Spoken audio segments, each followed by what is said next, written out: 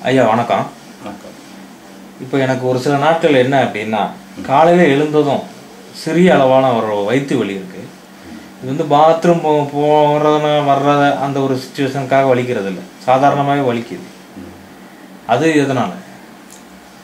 இரவு உணவு சாப்பிட்றதுனால ஏற்படக்கூடிய சூழலில் அந்த வலி உண்டாகும். சூட்டு வலின்னு சொல்லக்கூடியது, உடம்பு நல்ல காற்றோட்டமான இடத்துல படுத்து எழுந்திருந்தோன்னு சொன்னாக்க அந்த வலிக்கு வாய்ப்பு இல்லை.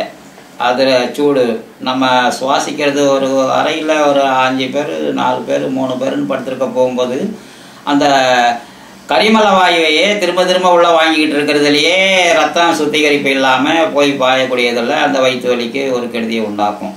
அந்த வலி அதனால் ஏற்படும்.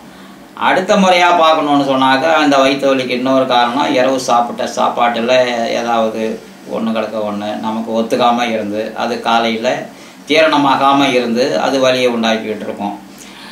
இந்த ஜீரணமான பிறகும் மலம் ஒழுங்காக போகலைன்னு சொன்னால் அப்படி ஒரு வயிற்று வலி உண்டாகும். சில பேருக்கு டீ குடித்தா மலம் போகும், காஃபி குடித்தா மலம் போகும். இதுங்களை விட ரொம்ப அருமையானது என்ன அப்படின்னு கேட்டால், எழுந்ததும் யார் ஒருத்த நீர் நிறைய குடிக்க ஆரம்பிக்கிறாங்களோ, பச்சை தண்ணி அதை சுட வச்சுட்டு தான் குடிக்கணுங்கிறதில்ல, பச்சை தண்ணியை ஒரு குறைஞ்சது 1/2 லிட்டர், கூடுதல் 1 லிட்டர் அதை குடித்து பழக்கிட்டாங்கன்னு சொன்னால் வயிற்று வலியும் இருக்காது, மலமும் ஒழுங்காக போகும். இந்த முறையை கைப்பற்றினாலே ஒரு சிறிய வகையான ஒரு முதலுதவியான ஒரு மருந்து மாதிரி. வயிற்று வலி நிரந்தரமாக தினம் வந்துக்கிட்டு இருக்குன்னு சொன்னால் அதை மறுபடி மருந்து சாப்பிட்டு தான் அதை சரி பண்ணிக்கணும். இதையெல்லாம் என்னுடைய பாகமாக சொல்லணும்னு சொன்னால், மலம் கடிதல் காலையில் ஒரு வேளை, மாலையில் ஒரு வேளை, 2 வேளை மலம் கடிகிறவங்களுக்கு இந்த வயிற்று வலின்னு சொல்லக்கூடியது இருக்க வாய்ப்பே கிடையாது. இந்த வயிற்று வலிக்கு எல்லாத்துக்குமே சுக்கு மல்லி சேர்த்த பாலில் சேர்த்து சாப்பிட்டு வந்தாங்கன்னா ரொம்ப அற்புதமாக வேலை செய்யும். ரொம்ப நல்ல ஒரு மருந்து. நாம் ருசிக்காக டீ காஃபி இல்லாமல் பாலில் அந்த சுக்கு மல்லி தட்டி போட்டு, மல்லியை வறுத்துட்டு தட்டி போட்டு சாப்பிட்டாலே போதும். நல்லா உடல் ஆரோக்கியமாக இருக்கும். வயிற்று வலியோ மற்ற தலைவலியோ கூட அது நிறுத்தும். சுக்க மிஞ்சிய மருந்தும் இல்லை, சுப்பிரமணியம் மிஞ்சிய கடவுளும் இல்லைன்னு சொல்கிறது மாதிரி நல்ல அற்புதமான ஒரு கூட்டு மருந்து அது. வயிற்று வலிக்கு நல்ல மருந்து. நன்றி சாமி. இப்போ ஐயா வணக்கம்.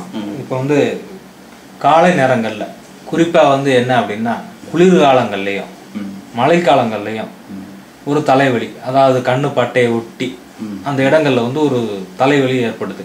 ஒரு 12 மணி வரைக்கும் அந்த மாதிரி இருக்கு. 12 மணிக்கு மேல அது சரியாயிடுது. அதுக்கு அது என்ன காரணம், அதுக்கு என்ன மருந்து? இப்ப இந்த மாதிரி வலி உண்டாகிறது முதல்ல நம்ம உடம்புல நீர் எல்லா பாகமுமே இருக்கு. ஆனா தலையில அதிகமா இருந்ததுன்னு சொன்னா அது இல்லாத தொந்தரவு கொடுக்கும். அந்த தலையில உள்ள நீர் அந்த வெயில் பாருங்க, உச்சி வெயில் வரையிலும் அந்த நீர் மண்டையிலேருந்து இறங்குறதுக்கு அவ்வளோ கொஞ்சம் கொஞ்சமாக இறங்கி நின்ன பிறகு தான் அது பழைய நிலைக்கு வரும். இப்போ காலை நேரம்னு சொல்ல போகும்போது அந்த நீருக்கு ரொம்ப ஆனந்தமாக இருக்கும்.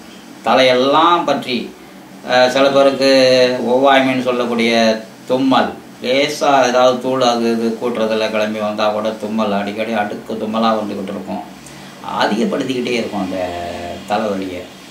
அப்படி நீர் வரத்து உள்ளவங்களுக்கு நல்ல வகையான மருந்துலாம் இருக்குது. 10 போடுறாங்க. 10 போட்டால் அந்த நீரை வடி வச்சிட முடியும். இன்னமும் என்ன அப்படின்னு சொன்னால், இந்த இதில் ஒரு மூக்கை அடைச்சிக்கிட்டு வேகமாக 6 முறை ஒரு பக்கத்தால் நல்லா சீந்துறது மாதிரி மூச்சு காற்றை வெளியில் தள்ளி விட்டுக்கிட்டு இருக்கிறதுல ஒரு இதாகுது. அப்புறம் இடது நாசியை அடைச்சி வலது நாசி வழியாக, வலது நாசியை அடைச்சி இடது நாசி வழியாக, இப்படி 6 முறை. இந்த மாடுலாம் மாட்டை விட ஆடு தான் அந்த மூக்கில் இருக்கிற சளியை அது தும்மி அந்த ஒரு சத்தம் கொடுத்து வெளியே கிளப்புது. அந்த மாதிரி சத்தம் கொடுக்கறதுல அடுத்த வீட்டுக்காரன் எட்டி பார்ப்பான் என்ன ஆச்சுன்னு சொல்லிட்டு. அந்த மாதிரி செஞ்சால்தான் அந்த நீர் இறங்கும். அப்படி ஒரு முறையும் இருக்குது, அதையும் செய்யலாம். 10 போடுற முறை ரொம்ப உகந்த முறை.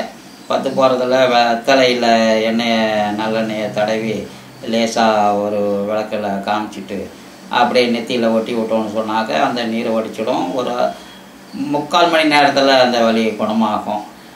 இதை விடவும் எப்போவும் இந்த வலி வராமல் இருக்கணும் அப்படின்னு நினைக்கிறவங்க மிளகுல ஒரு அருமையான மிளகு கூட்டில் செய்யக்கூடிய லேகியம் ஒன்று இருக்குது. அதை சாப்பிட்டு வந்தாங்கன்னா அந்த எதிர்ப்பு சத்து அதில் இருக்குது. இந்த அடுப்பு தும்மலும் சரி, மண்டையில் நீர் கட்டியிருக்கிறதும் சரி, அது நிரந்தர தீர்வுக்கு அப்படி ஒரு லேகியம் இலைகள். சரி, எனக்கு வந்து சர்க்கரை நோய் இருக்குது, நான் எப்படி அந்த மருந்தை சாப்பிடுவேன், இனிப்பு சேர்ந்தது இல்லையா அப்படின்னு சொல்லக்கூடியவங்களுக்கு அதுக்கு தனி முறையில் ஒரு சூரணமாகவே செய்து அவங்களுக்கு கொடுத்தா அந்த பொடியை சாப்பிடுவோம்னாங்கன்னா அவங்களுக்கு அது நிவர்த்தி ஆகும். அதை நான் செய்யக்கூடியது அந்த பனை வெல்லத்தில் செய்ய போகும்போது அந்த இனிப்பு சர்க்கரை வியாதிக்காரவங்களுக்கு சமத்தில் நிற்குமே தவிர அதிகப்படுத்தாது. இதனால் கெடுதி வர்றதுக்கு வாய்ப்பு கிடையாது. அது முதல்ல உணரணும். எல்லாம் இனிப்பு தான். அது மாதிரி அதனால் பயம் இல்லாமல் அந்த மருந்தை சாப்பிட்லாம். நீங்கள் நல்ல விடுதலை பெறலாம்.